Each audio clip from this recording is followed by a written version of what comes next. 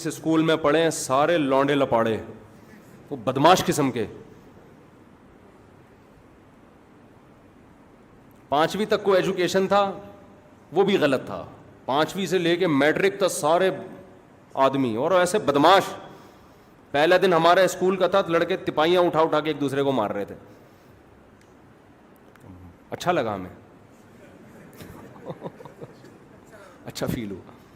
لڑکوں کے ساتھ ہم اسکول, ہمارا اسکول بہت دور تھا, ہم پیدل بہت لمبا سفر کر کے جاتے تھے, بھاری بھرکم بیگ لٹکا کے, بہت لمبا سفر. اس وقت ماؤں کو ترس نہیں آتا تھا, ہائے میرا بیٹا کیسے جائے گا پیدل, ہائے ہائے یہ ہائے اللہ ہوئی اللہ والی مائیں بھی نہیں تھیں, چل شاباش جا اسکول. تو ہم جب اسکول جاتے تھے لڑکے کیا کرتے تھے, ایک دوسرے کے شوز اتار رہے ہوتے تھے, یہ شرارتیں. آدھے گھنٹے کا راستہ تھا پیدل, آدھا گھنٹہ یا پونا گھنٹہ, تو شوز نہیں, پاؤں پیچھے رکھ دو, پھڈا شروع راستے میں, کس نے اتارا ہے, اس نے اتارا ہے, ادھر ایک چمبا اس کو لگایا, ایک اس نے لگایا, لڑے بڑے روئے ڈھوئے ہاں ہو کر کے اسکول پہنچ گئے. اسکول پہنچتے ہی لیٹ, جب لیٹ پہنچے تو ماسٹر صاحب ڈنڈا لیے ہوئے کھڑے ہوئے. عادت ہو گئی تھی روزانہ, جس دن مارنا پڑے عجیب فیلنگس چینج ہوتی ہوئی محسوس ہوتی تھی. مار کھائی, ایک ڈنڈا ادھر کھایا, یوں کیا, ادھر کھایا, یوں کیا, چلے گئے اس کو. کوئی بھی نہیں تھا, نہ کبھی ٹیچر کے خلاف خیال آیا کہ ہائے ٹیچر ہاتھ کیسے اٹھا لیا. او بھائی ٹیچر تو باپ کی طرح ہے یار, ایک ہاتھ ڈنڈا لگا دیا, ہاں یہ بے تحاشا مارنا پیٹنا یہ تو غلط ہے, کوئی بات نہیں یار, ایک سوٹی کھا لی, استاذ ہیں ٹیچر ہیں, سوری بھی کیا, ڈنڈا بھی کھایا اور نکل لیے, کوئی بات نہیں. تھوڑا سا یوں کیا, ایسے ایسے نا, پوچھا تجھے زیادہ زور سے لگی ہے, مجھے زیادہ زور سے لگی, بس اتنا انجوائے کیا, چلے گئے کلاس میں. وہاں بھی سارے لڑکے ایک نمبر کے بدماش لڑکے, مار دھاڑ. اور آج کل جو ماحول ہے نا, فیمیل ٹیچرز پڑھا رہی ہیں آپ کو, لڑکے وہاں نظر بازی کر رہے ہیں لڑکیوں کے ساتھ. اب اس عمر کا لڑکے کو جب فیمیل پڑھائے گی, وہ تو ہائے اللہ ہوئی اللہ والے طریقے سے پڑھائے گی نا, تو لڑکا ہائے اللہ ہوئی اللہ سیکھے گا کہ نہیں سیکھے گا. اس کو مرد سے پڑھاؤ یار, آدمی کو دکھاؤ, اس کو بولو کہ جب تو بالغ ہوگا, شادی کی عمر ہوگی, تیری شادی کرا دیں گے ہم, ابھی تو مردوں میں بیٹھ. ہمارے ہاں تو مشہور تھا لڑکیوں میں لڑکا گوں کھاتا, اب تو کمبخت بیٹھے ہی. یہ جو ٹی وی کے شوز آتے ہیں ان میں جو اینکر لڑکیوں کے ساتھ زیادہ بیٹھے گا نا, آپ اس کی عادتیں چینج ہوتے ہوئے دیکھو گے. آدمی عورتوں میں اچھا لگتا ہے کیا, بولو, آدمیوں میں اچھا لگتا ہے. ہم جب شادیوں میں جاتے تھے نا, پہلے سیپریٹ انتظام ہوتا تھا, یہ لیڈیز کا تمبو ہے, یہ والا تمبو کس کا ہے, مردوں کا ہے.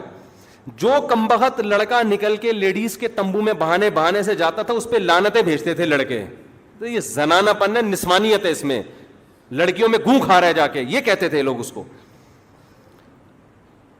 آدمیوں میں اچھا لگتا ہے. لڑکوں کو, اپنے بچوں کو بولو بیٹا لڑکوں میں کھیلو, لڑکیوں میں مت کھیلو. اور دیکھو اللہ نے مرد میں استغنا دیا ہے, وہ عورت کے پیچھے بھاگتا ہوا اچھا نہیں لگتا, استغنا ہونا چاہیے آدمی میں. بولو ہم پہ کسی نے مرنا ہے مرے, ہمارے پاس کسی پہ مرنے کا ٹائم, بولو نا, نہیں ہے. کیا میں کبھی اس پہ دل آیا ہوا ہے, کبھی اس پہ دل آیا ہوا ہے, کبھی ادھر مر رہا ہے, کبھی ادھر مر رہا ہے. پھر تو جب شادی کرے گا تو بیوی بولے گی یہ الٹا مجھ پہ مر رہا تھا, تو وہ بات بنے گی نہیں. عورت کو اللہ نے ماتحت بنایا, وہ مرے آپ کے اوپر, آپ اس سے محبت کرو. میں یہ نہیں کہہ رہا کہ محبت کرنا چھوڑ دو, کہ مرد کا پلڑا کیسا ہونا چاہیے. ہمارے ایک دوست تھے, ان کو کہیں نکاح کا پیغام بھیجنا تھا, مجھے کہنے لگے یار وہ لڑکی والے راضی نہیں ہیں اور مجھے لڑکی پسند ہے. تو میں نے کہا کہ پیغام بھیج دو. انہوں نے کہا کہ یار وہ لڑکی شاید مجھے پسند نہیں کرتی اور میں وہاں رشتہ کرنا چاہتا ہوں. تو ایک سال لڑکا کھڑا ہوا تھا, اس نے کہا ابے پٹا لے. اس نے کیا کہا, ابے پٹا لے. تو وہ لڑکے کی بات مجھے اچھا لگی, کہہ رہے یا یہ کام ہم سے, کیونکہ پٹانے کے لیے وہ آسمان سے تارے اور لفاظی اور میں مرا جا رہا ہوں, کہہ رہے یہ ہم سے نہیں ہوتا, ہم آدمی ہیں بھائی, یہ ہم سے نہیں ہوتا. میں نے کہا یہ آدمی ہے, دیکھ پسند آنا تو وہ تو نیچرل ہے, وہ تو ٹھیک ہے, پسند کوئی بھی آ سکتا ہے. لیکن اب یہ لیپا پوتی میں مرا جا رہا ہوں, میں نہیں کر سکتا, میں ہائے ہائے ہائے, وہ کہہ رہا ہے یار یہ ہم سے, ہم آدمی ہیں بھائی, ہم سے نہیں ہوتا یہ کام. مجھے وہ بندہ بڑا اچھا لگا, میں نے کہا یار خاندانی آدمی ہے, خاندانی لوگ ہیں تبھی تو قیامت قائم نہیں ہو رہی. یہ واقعہ ہوگا تقریباً 13-14 سال پرانا. کتنا پرانا, مجھے کل کی بات یاد نہیں رہتی. لوگ مجھ سے پوچھتے ہیں میں اس دن آیا تھا آپ کے پاس, میں کہتا ہوں بھائی تو کل جو آیا تھا وہ مجھے یاد نہیں ہے, مجھے اس دن کا کہاں یاد ہے. لیکن ایسی خاندانی باتیں مجھے 20-20 سال پرانی بھی یاد الحمدللہ رہ جاتی. اس بندے کا, لڑکے کا یہ ڈائلاگ مجھے بڑا اچھا لگا. اس نے کہا یار یہ لیپا پوتی اور یہ مرا جا رہا ہوں اور یہ ہم سے نہیں ہوتا. سمجھتے ہو, کہہ رہے یہ کام نہیں ہوتا ہم سے, ہم آدمی ہیں بھائی. محبت تو انسان کو کسی سے بھی ہو جاتی ہے, اب یہ تھوڑی کہ اس میں بچھا جا رہا ہے. تو اپنے آدمی ہونے کا احساس ہونا چاہیے انسان کو. تو پہلا کام کیا کرنا ہے میرے بھائی, بچوں کو احساس دلانا ہے لڑکے کو کہ تم بیٹا کیا ہو. اور اگر آپ خود لڑکے ہو, ابھی شادی نہیں ہوئی, تو اپنے بارے میں کہ اللہ نے ہمیں کیا بنایا ہے, مرد. ہم اس پہ سمجھوتا نہیں کریں گے. مریں گے تو مردوں والی نماز جنازہ پڑی جائے گی ہمارے اوپر. اب اچھا یہ فیلنگز والا قانون اگر پاس ہو گیا, نادرہ میں لیڈیز کے کھاتے میں ڈال دیا اس کو, عجیب سا ہو جائے گا. ستار بھائی کا جنازہ ہے, اب امام کنفیوز ہوگا کہ کون سی دعا پڑھوں میں. ویسے تو دعا دونوں کی سیم ہے, لیکن بعض دعائیں فرق بھی ہے. اعلان کیا ہوگا کہ کس کا جنازہ ہو رہا ہے, عجیب مصیبت. تو دوسرا کام کیا کرنا ہے, اس کو لڑکیوں میں کھیلنے سے منع. کو ایجوکیشن سے نکالو اپنے لڑکے کو, خراب ہو جائے گا. سمجھ رہے ہو کہ نہیں سمجھ رہے؟ پہلے نیچر ہے, اس کے بعد ایجوکیشن ہے. اگر وہ اچھا ڈاکٹر بن کے ہائی اللہ ہوئی اللہ بن گیا, یا وہ زنا میں پڑ گیا, تو کیا کرنا ہے ایسے ڈاکٹر کا میرے بھائی؟ تیسرا کام کیا کرنا ہے, اسے آپ فیس بک اور یوٹیوب پہ ہٹائیں یا اس پہ نظر رکھیں کہ کر کیا رہا ہے. آج کل فیس بک آزاد ہے, بہت سے بیچ کے لوگ فیس بک کے پہ آ کے آپ کے بچوں کو بھی بیچ کا کر دیں گے. وہ جیسے میں نے بتایا نا, وہ ایک صاحب نے کہا میرا بیٹا اب اس کی فیلنگز ختم ہو گئی ہیں. وجہ کیا ہے, اس کی فیس بک پہ کسی گورے سے دوستی ہے. وہ گورے نے وہاں سے اس سے دوستی لگا کے اس کو خراب کر دیا.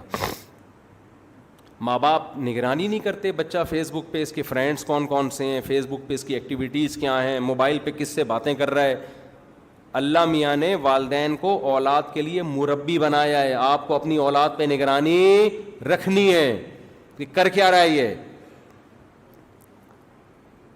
چوتھا کام کیا کرنا ہے, نمبر یاد رہیں گے نا, لڑکوں کو, بچوں کو ایسے لڑکوں کے ساتھ جو اس سے ایج میں تھوڑے زیادہ ہوں, فری ہونے کی اجازت. آدمیوں کے ساتھ اس کو بیٹھنے مت دو. آپ کہہ سکتے ہو بھائی مردانگی کے لیے تو ضروری آدمیوں کے ساتھ بیٹھے. بھائی 100 میں اگر ایک بھی ان آدمیوں میں خراب نکلا نا, تو وہ آپ کے بچے کو خراب کر دے گا.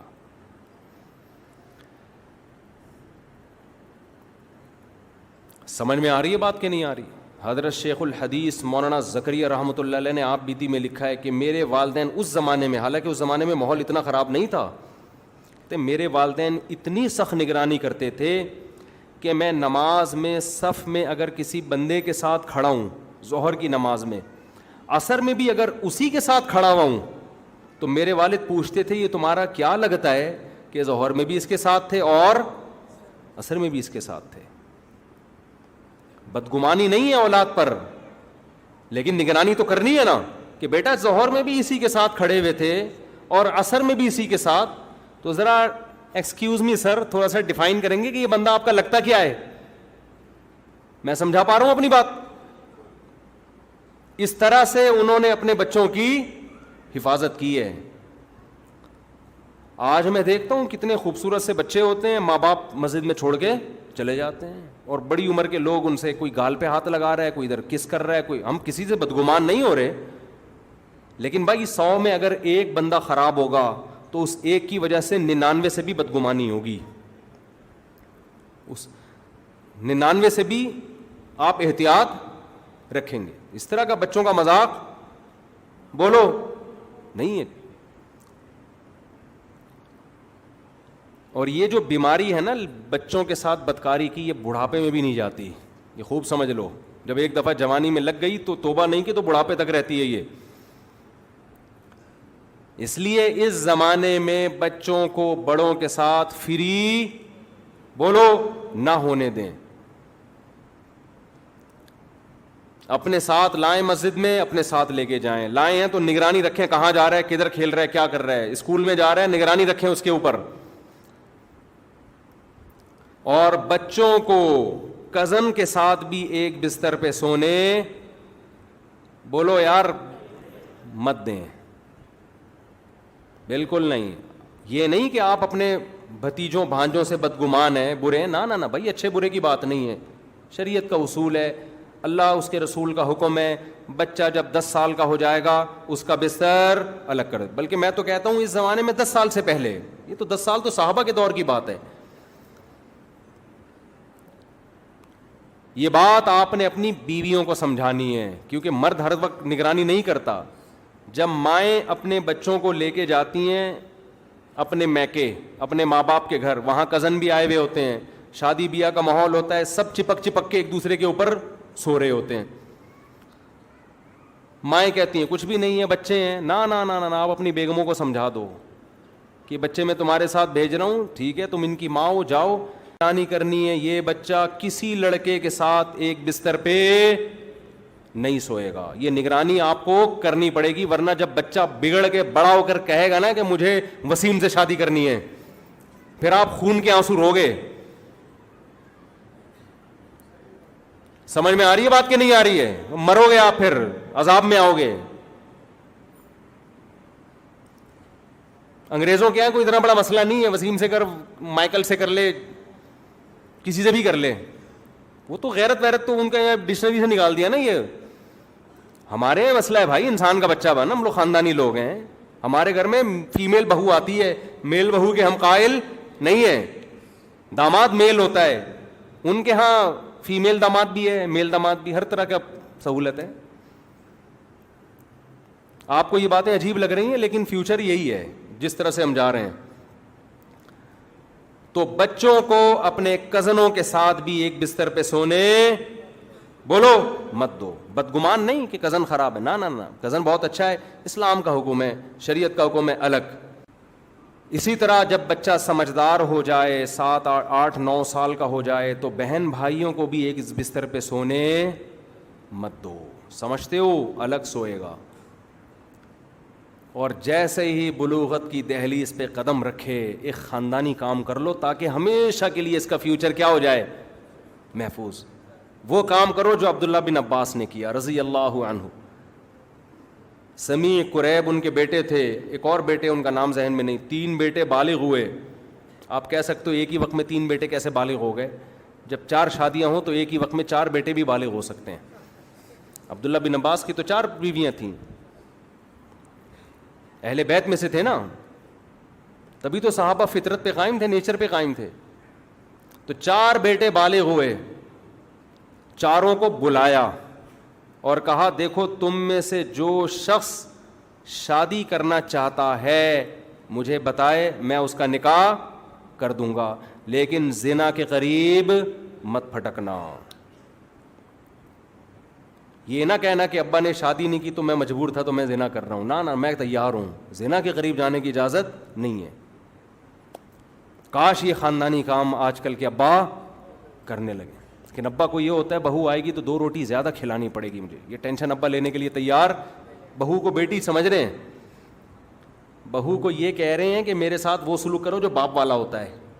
بہو نے دیکھا میرا باپ تو ساری زندگی کھلاتا رہا ہے، سوسر 5 روپے بھی خرچ کرنے کے لیے تیار نہیں ہے، تو وہ باپ والی رسپیکٹ تھوڑی دے گی. لیکن اس میں ایک چیز میں ایڈ کرتا ہوں کہ یہ اس وقت ہے کہ جب بچہ سمجھدار ہو.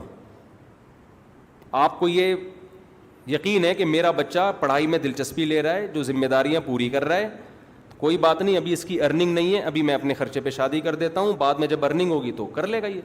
لیکن اگر بچہ ایسا نہیں ہے، 1 نمبر کا پوستی ہے، پھر نہیں کرو یہ کام. کیونکہ پھر کیا ہوگا، ابھی تو شادی کے لالچ میں کچھ پڑھ لکھ لے گا، کما لے گا. اگر پوستی قسم کا بچہ ہے نا، آپ نے شادی کر دی تو وہ بالکل ہی پڑ جائے. نالائق بچوں کی میں جلد نکاح کی آپ کو ترغیب نہیں دیتا. تو سمجھدار ہے, اپنی ذمہ داریاں. ہمارے ایک دوست تھے, ان کا بچہ میڈیکل کالج میں پڑھ رہا تھا. انہوں نے کہا یار ماشاء اللہ میڈیکل کالج میں ایڈمیشن ملنا بھی تو اسی کا ہوتا ہے نا جو قابل ہو. انہوں نے پہلے ہی شادی کر دی کیونکہ کالج کا ماحول خراب تھا. انہوں نے بچے کی شادی کر دی, بیٹا 4 سال تمہارے پڑھائی کے, تو میرے خرچے پہ شادی, میرے خرچے پہ بہو پلے گی, تاکہ تم برائی کی طرف نہ جاؤ.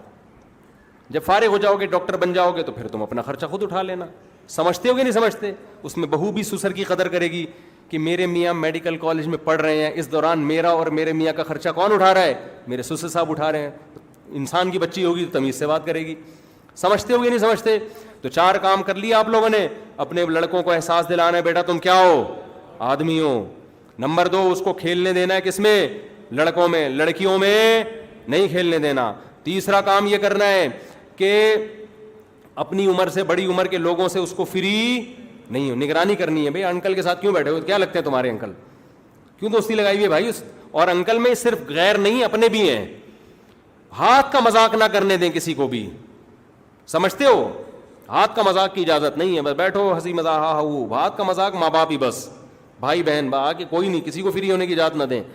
چوتھا کام, ایک بستر پہ بہن بھائی کو اور کزنوں کو بھی ایک بستر پہ سونے نہ دیں.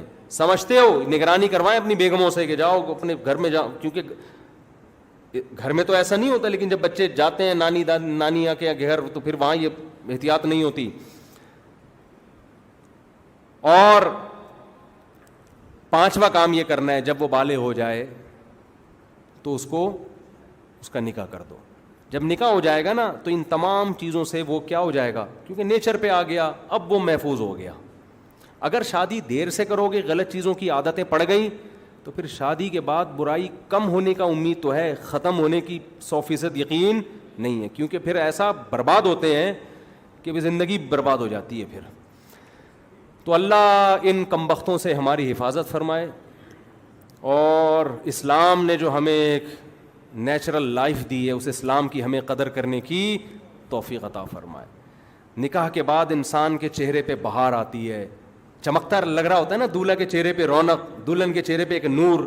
لیکن جو بدفعلی ہوتی ہے اس سے دونوں کے چہروں پہ نور آتا ہے, پھٹکار آتی ہے. تو نکاح کو پروموٹ کرو, جو پیغمبروں کی سنت ہے, یہ نیچرل ہے, اس سے اولاد ملے گی. پیغمبر پیدا ہوئے ہیں, ہر پیغمبر, جتنے بھی پیغمبر دنیا میں پیدا ہوئے نکاح کے نتیجے میں پیدا ہوئے, ان کے ماں باپ کے نکاح ہوئے تھے. یہ تو عیسیٰ علیہ السلام معجزاتی طور پہ اللہ نے پیدا کر دیے. لیکن اگر اس کے علاوہ کوئی اور راستہ اختیار کرو گے, تمہارا خاندانی نظام تباہ, تمہاری فطرت ختم, اور اللہ نہیں چھوڑے گا. اللہ کو لوط علیہ السلام والی قوم جو تھی نا, ان کے عمل سے اللہ کو بہت شدید نفرت ہے, بہت شدید نفرت ہے. اللہ نے اٹھا کے پٹک دیا تھا, تباہ کر دیا تھا. تو اس لیے اللہ کا واسطہ, کوئی شخص اس جرم میں مبتلا ہے, آج توبہ کر لے اور علاج کرے اپنا. انشاءاللہ اللہ سے مایوس نہ ہو, اس کا علاج ہو جائے گا. لیکن اگر اپنے آپ کو گناہوں میں دھکیل دیا تو اس کا انجام اچھا نہیں ہے. اللہ تعالی ہمیں سمجھنے کی, عمل کرنے کی توفیق عطا فرمائے. وما علینا الا البلاغ. اگر کوئی شخص پیدائشی مرد یا عورت ہو لیکن نفسیاتی طور پر مخالف جنس کا محسوس کرتا ہو, تو کیا وہ آپریشن کروا کے مخالف جنس کا بن سکتا ہے؟ پاکستان میں اس پر قانون بنانے کی کوشش کی جا رہی ہے, اس پر دینی رہنمائی فراہم کریں. اس قانون کے مطابق کوئی بھی شخص اپنی مرضی سے اپنی جنس تبدیل کروا سکتا ہے, اور اس کے شناختی کارڈ میں اس کی من پسند جنس لکھ دی جائے گی. آج پورا بیان اسی ٹاپک پر ہوا ہے میرا, یہی سوال کسی نے پوچھ لیا ہے. یہ جو سوال ہے نا, تو پورا بیان سن لیں, اسی ٹاپک پر ہوا ہے. کچھ کہہ رہے ہیں؟ میں بات کرتا ہوں اس پہ بھی ابھی. تو دیکھیں, یہ جو قانون پاس ہو رہا ہے, کوئی بھی آدمی کہے گا میں نفسیاتی طور پر میں جو ہے نا مخالف جنس, میری مرد ہے تو کہے میں عورت فیل کرتا ہوں. میں نے بتایا پورا بیان اسی پر, وہ اس کے سائیڈ ایفیکٹ کتنے ہیں. اس کو اگر نادرا فیمیل مان لے گا کہ یہ فیمیل ہے, تو جب وہ کسی مرد سے نکاح کرے گا تو فزیکلی تو یہ آدمی ہے نا, مرد ہی ہے, تو اس مرد کی نیچر خراب ہوگی کہ نہیں ہوگی؟ یعنی وہ تو پھر لڑکوں میں دلچسپی لینا شروع کر دے گا. تو ایک آدمی کی وجہ سے پورے معاشرے کو تباہ نہیں کیا جا سکتا. اول تو نیچرل ایسا ہے نہیں, ڈاکٹر کہتے ہیں بعض لوگ پیدائشی ہوتے ہیں, تو میں نے بار بار مثال دی آپ کے سامنے, یہ گدھے گھوڑوں میں کیوں نہیں ہے, شیر چیتوں میں کیوں نہیں ہے, مرغوں میں کیوں نہیں ہے؟ ہر جانور میں جو میل ہے اس کا مطلب وہ میل ہی ہوتا ہے, جو فیمیل ہے اس کا مطلب وہ فیمیل ہوتی ہے. یہ انسانوں میں کم بختی کیوں آئی ہوئی ہے کہ ہے آدمی اور فیل کیا ہو رہا ہے اس کو عورت؟ اس کا مطلب کوئی نیچر کے خلاف کام ہو رہا ہے, ہم سے کوئی گناہ ہو رہا ہے. وہ گناہ یہی ہے کہ لڑکوں کو بدفعلی کا موقع دیا جاتا ہے لڑکوں کے ساتھ, یا وہ انٹرنیٹ پر یہ بےہودگی دیکھ رہے ہوتے ہیں, وہاں سے ان کی فیلنگز چینج ہونا شروع ہوتی ہیں. کیونکہ گدھے گھوڑے اور شیر اور چیتے یہ انٹرنیٹ نہیں دیکھتے, ان کو کوئی بگاڑنے والا نہیں ہے, کوئی لا نہیں ہے جو ان کو خراب کرے, اس لیے یہ اپنی نیچر پہ قائم رہتے ہیں. تو یہ کہیں اور خرابی ہے جس کی وجہ سے یہ خرابی آ رہی ہے. تو اس خرابی کو سیدھا کرنے کا طریقہ یہ نہیں ہے کہ آپ ان لوگوں کو اجازت دے دیں کہ اپنے آپ کو فیمیل شو کریں. نا نا نا نا, جو فزیکلی میل ہے اٹ مینس کہ وہ کیا ہے, وہ میل ہی ہے. اسلام اس کو قطعاً فیمیل بننے کی اجازت نہیں دیتا, نہ آپریشن کروا کے اور نہ کوئی ساڑیاں پہن کے, چوڑیاں پہن کے, لپسٹک لگا کے. میں نے جو پورا بیان آج کیا نا اسی ٹاپک پر کیا, اس میں 2 چیزیں اور ایڈ کر لیں آپ. میں نے بتایا نا بچوں کے بارے میں کیا احتیاطیں کریں ان کو, تاکہ وہ میل کے میل انسان کے بچے رہیں, وہ مرد کے مرد رہیں. ایک اور بےغیرتی جو یوٹیوب پہ اور فیس بک پہ بہت زیادہ شروع ہو گئی ہے, 2 بےغیرتی ہیں, وہ میں ہائی لائٹ, اچھا ہوا آج ٹاپک ہی یہی تھا تو وہ مجھے موقع مل گیا اس پر بات کرنے کا. بہت دنوں سے سوچ رہا اس پہ میں بات کروں گا. ایک بےغیرتی تو یہ ہے کہ آج کل مرد بیوٹی پارلر کھول کے دلہنیں تیار کر رہے ہیں. سمجھ رہے ہیں؟ دلہن کو تیار کون کر رہا ہے؟ مرد. پیسے کما رہے ہیں, نوٹ چھاپ رہے ہیں, دلہنوں کے, لڑکیوں کے وہ مہندی لگا رہے ہیں, بڑی اچھی مہندی لگاتے ہیں, سجا رہے ہیں دلہنوں کو. پہلے زمانے میں جب یہ چیز ہوتی تھی نا, لوگ نیچے لعنتوں کا ایک پوری گردان چل رہی ہوتی تھی کہ تو آدمی ہے, تو کون سے کام کر تو. مہندی اپنے یا دوسرے کے لگانا یہ عورتوں کا کام ہے, یہ آدمیوں کا کام نہیں ہے. ہم جب ایسی باتیں کرتے ہیں تو لوگ کہتے ہیں مفتی صاحب ایک آدمی کا بزنس ہے تو آپ کیوں اتنا جذباتی ہو رہے ہیں؟ بھائی وہ دوسرے آدمیوں کو بھی خراب کر رہا ہے, وہ مردوں کی نیچر چینج کر رہا ہے. جب مرد بیوٹی پارلر کھول کے دلہنیں تیار کریں گے تو وہ مرد مرد رہیں گے؟ میں دعوے سے کہتا ہوں جو مرد بھی بیوٹی پارلر کھول کے لڑکیوں کو سجا رہے ہیں نا, آپ کو ان میں مردانگی نظر نہیں آئے گی. نیچر تبدیل کرنے کی اسلام نے اجازت دی ہے آپ کو, تو آپ وہ کام کرو یار جو آدمیوں پہ سوٹ کرتے ہیں. ہمیں یاد ہے, بار بار میں یہ واقعہ سناتا ہوں, پہلے ماؤں میں غیرت ہوتی تھی. ہمیں یاد ہے ہم جب چھوٹے بچے تھے, 8-9 سال ایج تھی ہماری, تو جب عید آنے والی ہوتی تھی تو جتنی بھی کزنیں اور بہنیں اور وہ ساری خاندان کی لڑکیاں نا وہ مہندی لگانے کے لیے بیٹھ جاتی تھی. ہم بچے تھے, ہم بھی جا کے بیٹھ جاتے تھے. بچے کر رہے ہوتے ہیں نا ایسا کہ ہمارے بھی لگا دو. مجھے یاد ہے ہماری دادی نے کہیں دیکھ لیا, میں اور ہمارے کزن بھی بیٹھے ہوئے ہیں, کس میں, بچیوں میں نا, ہم بھی بچے تھے, سب لگا رہے ہیں, ہم نے کہا ہمارے بھی لگا لو. ہماری دادی کو اتنا غصہ آیا, اتنا سخت ڈانٹا, اور ہمیں وہ تانا, میں نے کہا نا مجھے کل کی بات یاد نہیں رہتی. مجھ سے لوگ ملنے کے لیے آتے ہیں, بڑے بڑے لوگ آتے ہیں, اور پھر فون کر رہے تو میں کل آیا تھا, میں کہتا ہوں بھائی مجھے نہیں یاد رہتا کل کون مجھ سے مل کے گیا ہے, واقعی یاد نہیں رہتا. آلو کے ریٹ کیا چل رہے ہیں, ٹماٹر کے کیا چل رہے ہیں, روز خریدنے پھر بھی بھول جاتے ہیں. لیکن خاندانی بات اللہ کا شکر ہے ہمیں یاد رہ جاتی. تو وہ دادی کا جملہ مجھے یاد ہے, انہوں نے کہا بیٹا جو لڑکا مہندی لگاتا ہے وہ تلوار اٹھانے کے قابل نہیں رہتا. یہ تربیت تھی پہلے ماں باپ کی طرف سے. تو جو لڑکا, بچہ لڑکیوں میں بیٹھ کے صرف لڑکیوں کے ساتھ مہندی لگا رہا ہے, اس کو ماں باپ اور دادیوں نانیوں کی طرف سے تانے ملتے تھے تو آدمیوں والے کام کر, تو تلوار اٹھانے کے قابل نہیں رہے گا.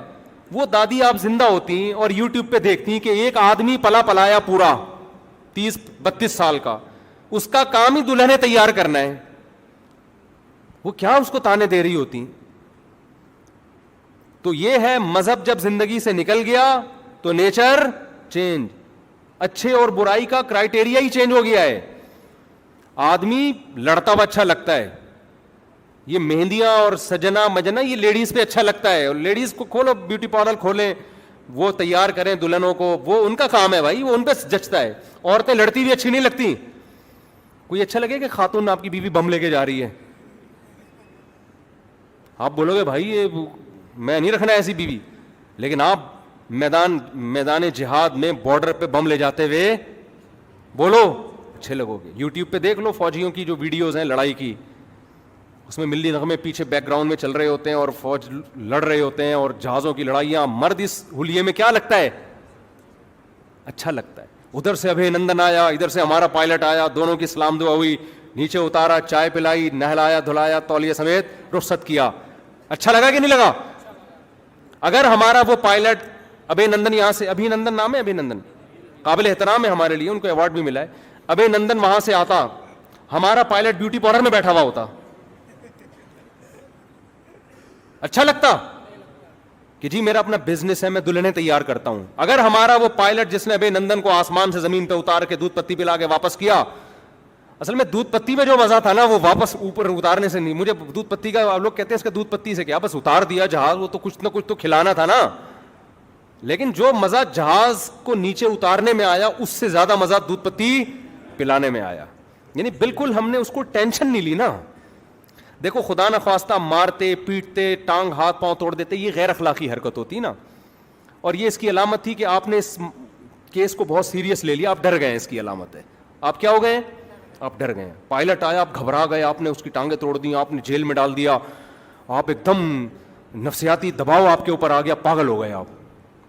ہماری آرمی نے فیل ہی نہیں کیا نا, ہماری آرمی نے ابھی نندن آیا, ان کا جہاز سے اتار لیا, پبلک نے مارنے کی کوشش کی, انہوں نے بچا لیا. بولے اتنا کوئی سیریس کیس نہیں ہوتا ہے, چھوٹے موٹے چیزیں, تتلیاں اڑتی ہیں آتی ہیں اور کچھ مسئلہ نہیں.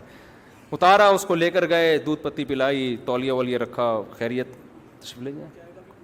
چائے کا بھی پوچھا, دودھ پتی پلائی, ویڈیو بنائی, بھائی ماشاء اللہ ہم دیکھو کتنا عزت کے ساتھ اکرام کر رہے ہیں, اب آپ تشریف لے جا سکتے ہیں.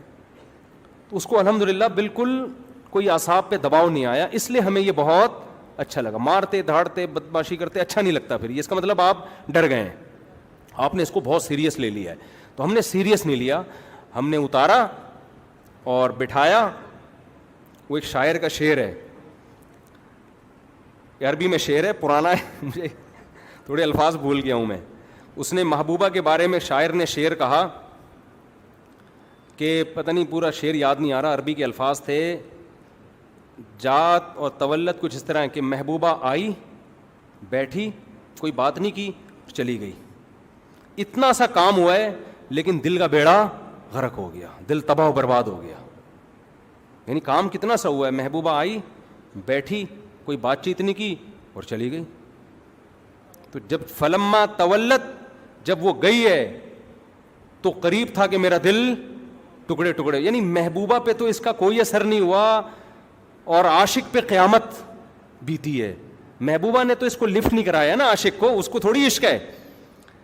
ابے کیا ہو گیا, تم لوگ کو تو بہت اچھی طرح سمجھ میں آ رہا ہوگا. دیکھو محبوبہ آئی, اس کو تھوڑی تھا کہ یہ, اس نے کہا کہ محبت کرتا ہوگا, ٹھیک ہے میرے پاس ٹائم ہے تھوڑا سا, میں جا کے بیٹھ جاتی ہوں, ہیلو ہائی کر لوں گی. آئی اور اس نے زیادہ لفٹ نہیں کرائی نا, کیونکہ اس کو عشق نہیں ہے. اس نے اس معاملے کو بہت ہلکا سمجھا. وہ آئی, تھوڑی دیر بیٹھی اور 10 منٹ بعد چلی گئی. اس کے لیے اس کو پہ کچھ بھی نہیں ہوا. لیکن عاشق کہتا ہے میں کیا ہو گیا, تباہ ہو گیا. یار صرف 10 منٹ بیٹھ کے چلی گئی یار, کوئی بات چیت نہیں, کوئی وعدہ نہیں. تو بعض چیزیں بعض لوگوں کے لیے بڑی ویلیو رکھتی ہیں اور بعض لوگوں کے لیے کوئی ویلیو نہیں رکھتی. اب جس عاشق کو اس سے عشق تھا وہ تو کہہ رہا ہے میں تو ٹوٹ پھوٹ گیا بھائی, میں تو برباد ہو گیا. اتنا بڑا واقعہ میری زندگی میں کہ آئی 10 منٹ بیٹھ کے چلی گئی. آنا بھی ایک بڑا واقعہ تھا, 10 منٹ بیٹھنا بھی اور واپس جانا بھی. لیکن محبوبہ نے اس کو لفٹ نہیں کرائی. تو وہاں سے جہاز اڑا, اترے, چائے پی اور چلے گئے. ہمارے لیے اس کی اتنی ویلیو نہیں ہے. جو مودی صاحب ہے نا وہ اندر سے تباہ و برباد ہو گئے, ٹوٹ پھوٹ گئے کہ یار یہ ہو کیا گیا ہے.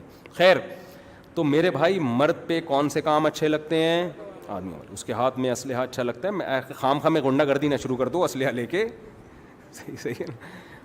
بارڈر پہ لڑتا ہوا اچھا لگتا ہے, ظلم کے خلاف لڑتا ہوا اچھا لگتا ہے, تو ہواؤں میں قلابازیاں کھاتا ہوا اچھا لگتا ہے آدمی. تو مردوں کو مردوں والے کام کرنے دو. یہ جو یوٹیوب پہ مرد دلہنیں تیار کر رہے ہیں ان کو اپریشیٹ نہ کرو, تاکہ یہ چیز ہمارے معاشرے میں پروموٹ نہ ہو. کسی کی ذات سے ہمیں نفرت نہیں ہے, ہو سکتا ہے ہم سے اچھا ہی ہو وہ جو یہ کام کر رہا ہے, لیکن جو گناہ متعدی ہوتا ہے دوسروں کو لگتا ہے اس کے خلاف آواز اٹھانا ضروری ہے. تو پروموٹ نہ کیا کرو جو مرد مہندی لگا رہے ہیں, ان عورتوں کو بھی بولو تم جا کے عورت خواتین سے یہ کام کرو یار, یہ خواتین کو سیکھنے کے کام ہے, یہ مردوں کے کام نہیں ہے. اس مرد کو بھی کہا کرو آپ مردوں والے کام کرے, کیا روزانہ لیڈیز کو تیار کرتا رہتا ہے بیٹھ کے, کبھی کسی کی مہندی لگا رہا ہے, کبھی لپسٹک لگا رہا ہے, تو اچھا لگ رہا ہے یہ تیرے اوپر, تو اس کو معاشرے میں پروموٹ نہ ہونے دو. دوسرا کام ایک بےغیرتی والا جو اس سے بھی بڑی بےغیرتی ہے, وہ خاندانی کام. یہ خاندانی کا مطلب الٹا خاندانی, یعنی خاندانی کے بالکل اپوزٹ. جس کمبخت کا یوٹیوب چینل نہیں چل رہا نا, وہ اپنی بے پردہ لیڈیز کو لانا شروع کر دیتا ہے یوٹیوب. سمجھ رہے ہو, اپنی خواتین کو ایکسپوز کرنا شروع کر دیتا ہے. اپنی تلاش کرے گا میرے بھتیجیوں میں, بھانجیوں میں, بیٹیوں میں سب سے خوبصورت کون ہے, اس کو لے کر آؤ. اور نیم برہنہ لباس ہوتا ہے, اس سے اس کا چینل اوپر جانا شروع. آپ نے چینل بنایا کوئی ریسیپی کا, کدو پکانا سکھا رہے ہیں لوگوں کو, ٹنڈے پکانا سکھا رہے ہیں, دم پخ پکانا سکھا رہے ہیں, لوگ ٹھرکی ہیں وہ یہ چیزیں دیکھ نہیں رہے. سمجھ رہے ہو نا, انہوں نے دیکھا کہ یار دمبا پکانا بھی سیکھ لیا, خربوزہ وہ جو ہے کدو پکانا بھی سیکھ لیا, اور یہ سب چیزیں سیکھ لیں, اب مزہ ہی نہیں آ رہا. اب وہ چینل نیچے جانا شروع ہوا تو پتہ چلا جی اپنی وائف کو بھی لے آئے, اور نیم برہنہ لباس میں, ادھورے کپڑوں میں بیگم کو لے آئے. لیبل وہ کدو کا ہے, مقصد کیا ہے؟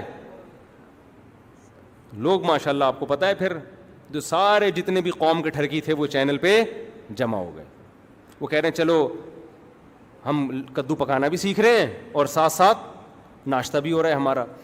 تو جب غیرت ختم ہو جائے نا, ایک مقولہ عربی کا, اذا فاتک الحیاء فافعل ما شئت. میں یہ نہیں کہہ رہا کوئی خاتون اگر چینل پہ آ کے بلاگ بنا رہی ہیں میں ان کو بے غیرت نہیں کہہ رہا. بعض خاتون نیک ہوتی ہیں, شریف ہوتی ہیں, پراپر اسکارف لیا ہوا ہوتا ہے. چہرے کا پردہ ویسے تو فرض ہے, چہرے کا پردہ کیا ہے اسلام میں, جوان عورت کے لیے فرض ہے. لیکن چلو کسی نے چہرہ کھولا ہوا, پورا پراپر جسم بھی ڈھانپا ہوا ہے, some thing is better than nothing. تو ایسا نہ ہو کہ آپ خواتین کو گالیاں دینا شروع کر دیں جو کوئی بھی چینل پہ آ رہی ہیں. ہم اس کو بھی اپریشیٹ نہیں کرتے, غلط کو غلط ہی کہا جائے گا, لیکن وہ اس کھاتے میں نہیں ہے, کیونکہ وہ اپنے آپ کو باڈی کو ایکسپوز کر کے اپنے چینل کو نہیں بنانا چاہ رہی. میں ان بغیرتوں کو کہہ رہا ہوں کہ جن کا چینل بڑھ نہیں رہا تھا اور اپنی بیویاں بیٹیاں انہوں نے نیم برہنہ لباس میں لا کے دکھانا شروع کر دی. ایسے بغیرت پہلے کم تھے, اب ان کو دیکھا دیکھی یہ بغیرتی معاشرے میں, کیونکہ آواز نہیں اٹھائی جا رہی اس کے خلاف, تو یہ بغیرتی بہت اسپیڈ سے پھیل رہی ہے. دیکھو دنیا میں قانون سازی نہیں ہوتی, لیکن اصل جو ہے نا پاکستان یا امریکہ یا کینیڈا یا جاپان بعد میں ہے. سب سے پہلے یہ ریاست کس کی ہے؟ خدا کی, جس نے بنایا ہمیں. اس کا قانون ہے, جو اٹل فیصلہ ہے, وہ بے حیائی کو پسند نہیں کرتا. آپ کو کل جواب, اس کو عربی میں دیوس کہتے ہیں, جو اپنی بہن بیٹیاں بیویوں کو لا کے پیسے کمانے کی کوشش کرتا ہے ان کی عزت کا جنازہ نکال کے. ایک فیصلہ کرو, یا تو یورپ گورے بن جاؤ بالکل, مغربی کلچر کو فالو کرو, 100% اسلام کو چھوڑ دو, اور اگر تھوڑی سی آپ میں غیرت باقی ہے تو خدا را غیرت کے ساتھ 2 نوالے سوکھی روٹی کے مل جائیں, یہ بغیرتی کے کباب پراٹھوں سے بہتر ہے. مت ایکسپوز کرو اپنی بہن بیٹیوں کو لا کے یوٹیوب پہ. یہ بہت زیادہ آواز نہ اٹھاؤ نا تو یہ چیز پھیلتی چلی جا رہی ہے. ابھی کم از کم یہ تو ہوگا نا, شاید کچھ لوگوں کو غیرت آ جائے, کچھ غیرت آ جائے لوگوں کو. تو اور نیچے ایسے لوگوں کے نیگیٹو کمنٹس کیا کرو, ان پہ حوصلہ افزائی نہ کیا کرو. اول تو دیکھو نہیں ان چیزوں کو, کبھی نظر پڑ گئی ہے تو نیچے نیگیٹو کے, یار کچھ شرم کر, کچھ اور کام کر لے, تو دیوس کیوں بن رہا ہے, تو نیچے دیوس لکھ دیا کرو. سمجھ رہے ہو, دیوس لکھ دیا, تاکہ یہ چیز معاشرے میں پھیلے نہیں. تو یہ 2 کام بغیرتی کے ہمارے معاشرے میں ہو رہے ہیں کہ مردوں نے خواتین کو تیار کرنا شروع کر دیا ہے, پھر وہ ویڈیوز ڈال رہے ہیں. تو اس سے نقصان یہ ہو رہا ہے کہ آج کل ہماری نسلوں میں بھی لڑکا کہے گا ابا میں نے کیا کرنا ہے, بیوٹی پارلر کھولنا ہے. تو اس کو غیرت دلاؤ کہ تم مردوں والے کام کرو. سمجھ رہے ہو, کھیل بھی مردوں والے کھیلو, فٹ بال کھیلو جا کے. اچھا بھائی,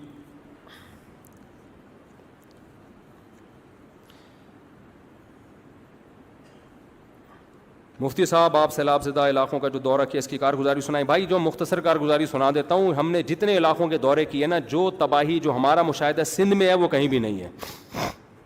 دیکھو پہاڑی علاقوں میں سیلابی ریلے آئے, جو دریا کے قریب قریب گاؤں تھے وہ بہہ کے ختم ہو گئے. غلط ہوا, اللہ ان لوگوں کی مغفرت فرمائے جو شہید ہوئے, ان کے گھروں کو بحال کرے. لیکن سندھ میں کیا ہوا ہے, سندھ میں تو پانی ٹھہر گیا ہے نا, میدانی علاقہ ہے. سکھر جو ہے نا, سکھر اس سے بھی تھوڑا پہلے حیدرآباد کے قریب تک پورا سندھ پانی میں ڈوبا ہوا ہے. اب جو لوگ روڈ پہ بیٹھے ہوئے ہیں ان تک تو مدد پہنچ رہی ہے, جو قریب قریب تھے وہ تو آ گئے نا. آپ کو پتہ ہے انڈیا کے بارڈر تک کتنا بڑا سندھ کا علاقہ ہے, وہاں نہ ہم نے گاڑی لے جانے کی کوشش کی ہے, نہیں گئی گاڑی ہماری, وہ پانی میں ڈوبنے لگی. تو وہاں یا تو لانچوں سے کام ہوگا یا ہیلی کاپٹروں سے کام ہوگا. لانچوں سے بھی نہیں ہو سکتا, کیونکہ لانچ میں مسئلہ یہ ہے کہ کہیں پانی زیادہ ہے کہیں پانی کم ہے. اب جہاں کم ہوگا وہاں لانچ نہیں جائے گی, تو کیا لانچ میں ہم گاڑی رکھ کے لے کے جائیں؟ تو ہزاروں لاکھوں لوگ اندر پھنسے ہوئے ہیں جن کی کسی کو خبر نہیں ہے. ہیلی کاپٹروں سے کام ہوگا تو گورنمنٹ کو بہت بڑے پیمانے پر ایکشن لینے کے, ہم نے تو اتنی مدد کی ہے جیسے اونٹ کے منہ میں آپ زیرہ ڈال کے چلے جائیں. اس سے کیا ہوتا ہے؟ تو اندرون سندھ بہت بڑی تباہی پھیلی ہوئی ہے. تو جتنے بھی ہماری تاجر برادری ہے, جتنے بھی ہمارے ٹرسٹ ہیں, اچھا ہمیں یہ بھی لگا یہاں بعض ٹرسٹ بڑے بڑے دعوے کرتے ہیں وہاں ان کا نام و نشان نہیں, کوئی ایک کیل ٹھوکتا ہوا بھی نظر نہیں آیا. میں نام نہیں لوں گا کسی ٹرسٹ کا, لیکن ٹرسٹوں پہ اعتماد اور ٹرسٹ کرنے سے پہلے بھی تھوڑی سی انکوائری کیا کریں کہ یہ ہیں بھی قابل اعتماد یا نہیں ہے. تو بعض ایسے ہیں جو شور شرابہ بھی کر رہے ہیں, کام بھی کر رہے ہیں, لیکن بعض ایسے ہیں جو صرف شور شرابہ ہی کر رہے ہیں, کام دھیلے کا نہیں ہے ان کا. ایک دیگ لے جا کے گھما کے لے آتے ہیں بس ویڈیو بنا کے. تو آپ نے کیا کرنا ہے, کوئی حکومت پہ ایک تو دباؤ ڈالا جائے کہ بھئی ہیلی کاپٹروں کا انتظام کیا جائے, ان کا سروے کیا جائے. کتنے لوگ ابھی بھوک سے مر رہے ہوں گے ہمیں اس کی خبر نہیں ہے. بیماریاں پھیل گئی ہیں کیونکہ گندا پانی, سیوریج لائنیں بھی اسی میں آ رہی ہیں, جانوروں کی بیماریاں, انسانوں کی بیماریاں, بھوکے مر رہے ہیں. اب تاجروں کے ساتھ ایک مسئلہ یہ ہے کہ تاجر جب اپنا ٹرک لے کے جاتے ہیں لوٹ مار کا شکار ہو جاتا ہے وہ. بعض تاجروں نے, میں نے جب کہا نا تاجر لوگ خود پہنچے, تو مجھے آج جمعے سے پہلے ایک تاجر ملے, کہتے ہیں ہم تو ٹرک لے کے پہنچے تھے, جان کو عذاب, یعنی لوگوں نے راستے میں ہی لوٹ لیا. تو اب یہ کام بڑے پیمانے پر اسی طرح ہو سکتا ہے کہ یعنی علاقے کے جو لوگ ہیں نا ان کو آپ کہیں کہ وہ سروے کریں, رپورٹ طلب کریں, کہاں کہاں کتنا نقصان ہوا ہے. ہم تو پاکٹ ویلفیئر ٹرسٹ یہ کام کر رہا ہے, لیکن ظاہر ہے ایک ٹرسٹ کتنا کر لے گا, تو سب اجتماعی سطح پہ مل کے کام کریں گے تو ہوگا نا. تو وہ لوگ تو ایسا کرتے ہیں کہ جیسے میں نے بتایا بھی تھا ولاگ میں کہ علاقے کے مقامی ہمارے شاگرد چونکہ پورے ملک میں ہیں, تو علاقے کے جو مقامی لوگ ہیں وہ جا کے سروے کرتے ہیں اور دیکھتے ہیں کیا تباہی ہے, تو ان لوگوں کی لسٹیں تیار کرتے ہیں. پھر ایسے ٹرک لے جائیں گے نا تو لوٹ مار ہوگی, تو پتہ ہی نہیں چلتا کون مستحق ہے کون نہیں ہے. تو اس میں یہ کہ وہ علاقے کا ذمہ دار آدمی وہ بتا دے گا اس گاؤں میں اتنی تباہی, لوگوں کے نام لکھ کے پھر وہ ٹوکن دے دیتے ہیں, تو اس ٹوکن کے حساب سے آپ وہ خوراک تقسیم کرتے ہو. لیکن ظاہر ہے یہ سب چیزیں وہاں ہوں گی جہاں آپ کی گاڑی جا سکتی ہے, آپ تیر کے جا سکتے ہو, آپ لانچ میں جا سکتے ہو. کالام ہم نے جانا تھا لیکن ہیلی کاپٹر کا انتظام نہ ہونے کی وجہ سے ہم کالام نہیں گئے, کیونکہ کالام کا راستہ بحرین سے منقطع ہو چکا ہے. اندر کیا حالات ہیں اللہ ہی جانے. تو یہاں گورنمنٹ کی ذمہ داری بنتی ہے. لوگ فوج پہ ڈال دیتے ہیں فوج کرے, فوج کا یہ کام ہے نہیں. فوج اگر یہ کام کر رہی ہے تو فی سبیل اللہ کر رہی ہے. یہ ہماری اصل کام ہے سول حکومتوں کا. اور سندھ کی جو حالت ہے نا, سندھ کی عوام ابھی سندھ گورنمنٹ کو بد دعائیں دے رہی ہے, جو میں نے وہاں دیکھا. میں نہیں کہہ رہا سندھ گورنمنٹ غلط ہے, نہ میں یہ کہہ رہا ہوں صحیح ہے, لیکن آج کل جو وہاں بد دعائیں جا رہی ہیں کس کو جا رہی ہیں؟ وہ سندھ گورنمنٹ کو جو دیکھیں پورا موٹر وے جو پنجاب کا ہے, پانی ایک قطرہ بھی وہاں ٹھہرا ہوا نہیں ہے. سندھ میں جیسے ہی داخل ہوتے ہو آپ کی ہائی وے پانی کے اندر ڈوبی ہوئی ہے. ٹریفک اتنا بدترین جیم ہے وہاں. ٹرک ڈرائیوروں نے بتایا کہ ہم 3-4 دن سے ٹرک لے کے کھڑے ہوئے ہیں یہاں پہ, نہ آگے جا سکتے ہیں اور نہ پیچھے جا سکتے. تو سندھ کو جو تباہ و برباد وہاں کی ماشاءاللہ گورنمنٹ نے کیا ہے وہ ساری دنیا کے سامنے. تو اللہ سندھ گورنمنٹ کو بھی تھوڑی ہدایت. سندھ گورنمنٹ نے کچھ لوگ اچھے ہیں لیکن کچھ کے اچھے ہونے سے کام بنتا نہیں ہے, کچھ کے اچھے ہونے سے کام بنتا نہیں. میجورٹی اچھی ہوگی تو کام ہوگا نا. تو اس لیے سندھ کی طرف توجہ دیں. اب کیسے دیں یہ آپ فیصلہ کریں کیسے دینا ہے. ہم نے تو جو اپنا دکھڑا آپ کے سامنے رکھ دیا کہ اصل کام ہیلی کاپٹروں کے ذریعے ہوگا, وہاں سروے ہو, پتہ چلے کہ کہاں کیا پرابلم ہے, کیونکہ اندر پھنسے ہوئے لوگ پانی کراس کر کے یہاں نہیں آ سکتے. تو اس میں زیادہ توجہ دینے کی ضرورت ہے. اللہ تعالیٰ ہمارے ان سیلاب زدہ علاقوں کے لوگوں کی اللہ مدد کرے اور ہماری حکومتوں کو بھی اپنی ذمہ داری پوری کرنے کی توفیق دے. میں کمپنی میں جاب کرتا تھا, اس کمپنی نے مجھے ہیلتھ کارڈ دیا ہے, وہ کارڈ میں استعمال کر سکتا ہوں یا پھر کلیم کرنے پر جو پیسے ملتے ہیں استعمال کرو. آپ کر سکتے ہیں وہ کارڈ کمپنی ڈائریکٹ پیسے ادا کرے گی نا تو وہ کمپنی جانے وہ جائے. آج سے 7 دن پہلے سیلاب زدگان کی امداد کے لیے گیا تھا مگر مجھے راستے میں لوٹ لیا گیا اور میں متاثرین تک نہیں پہنچ پایا. یہ ایسا ہو رہا ہے تو ٹرک لے کے نہ جائیں, ٹرک لے کے جائیں گے لوٹ پٹ جائیں گے. سمجھتے ہو, فوجیوں کا ٹرک لوٹ لیا, فوجی لے کے جا رہے تھے, ان کا ٹرک پہ دھاوا بولا وہ ٹرک لے کے واپس ہوئے ہیں تو اور ان کو کچھ کہہ بھی نہیں سکتے آپ, کیا کریں گے آپ.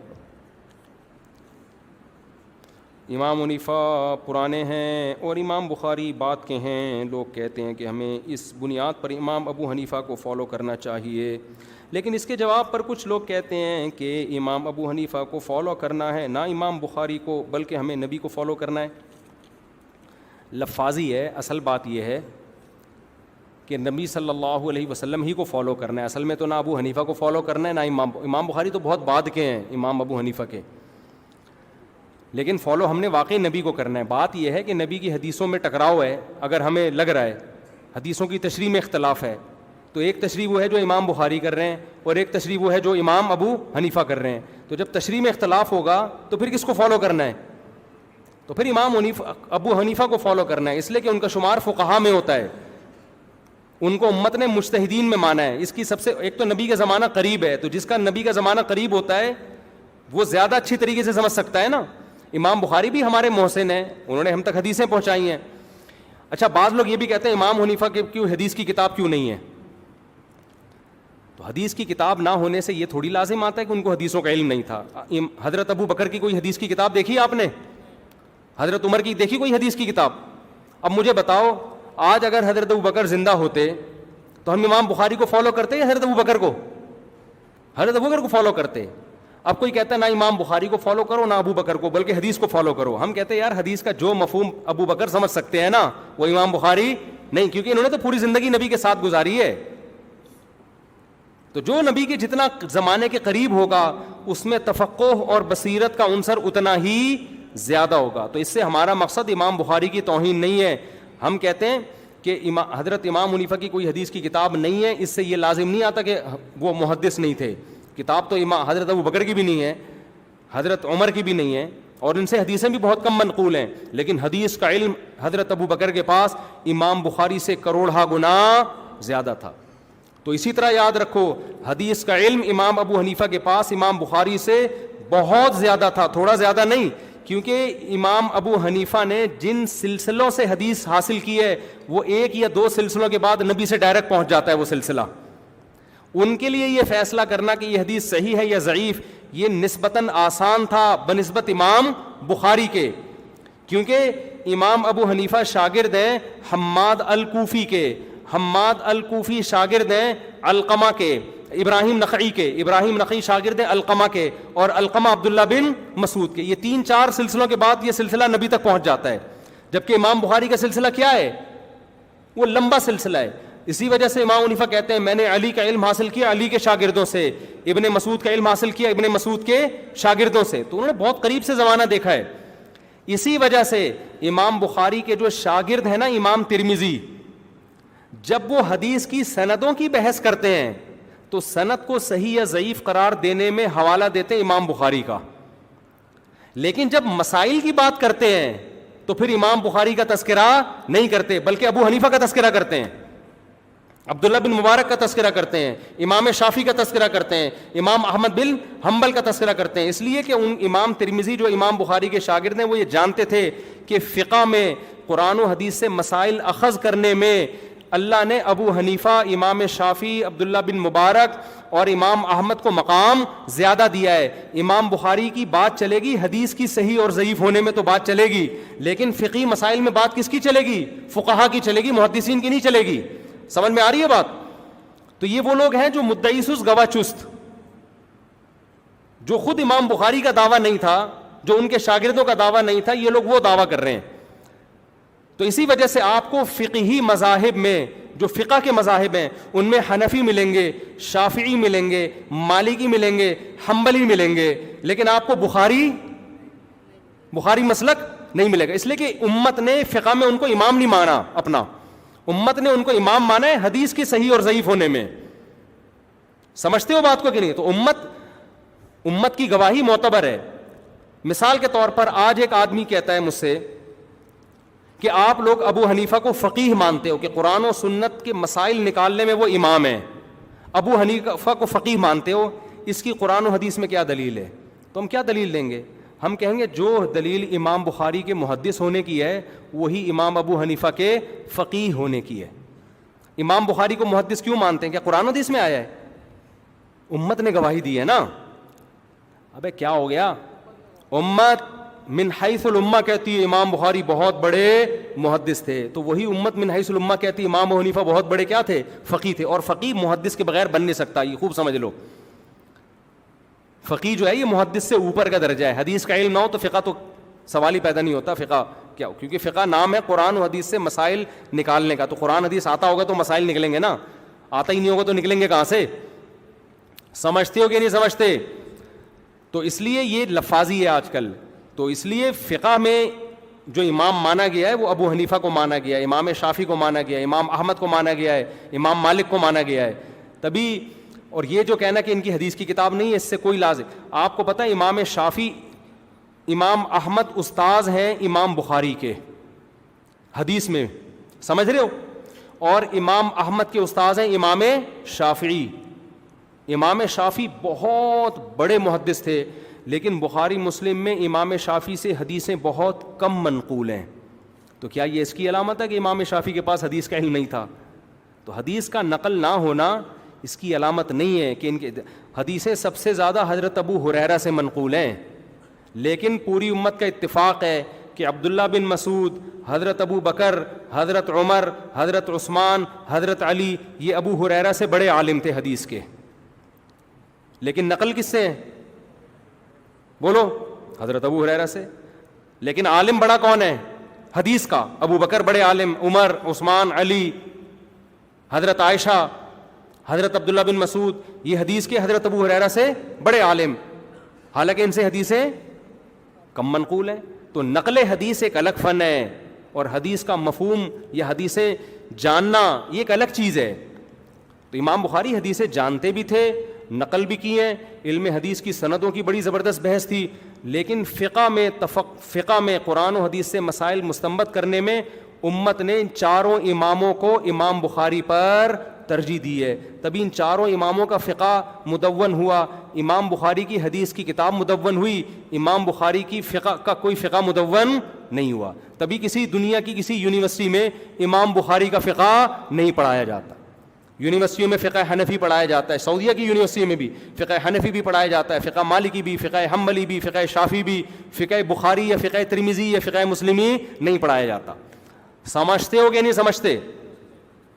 چلو کافی ہو گیا بھائی, میں بھی آخر انسان ہوں یار, بول بول کے دماغ کھوکھلا ہو گیا میرا. اتنے پرچے اتوار کے بیان میں دے دینا, کافی ہو گیا میرا خیال ہے.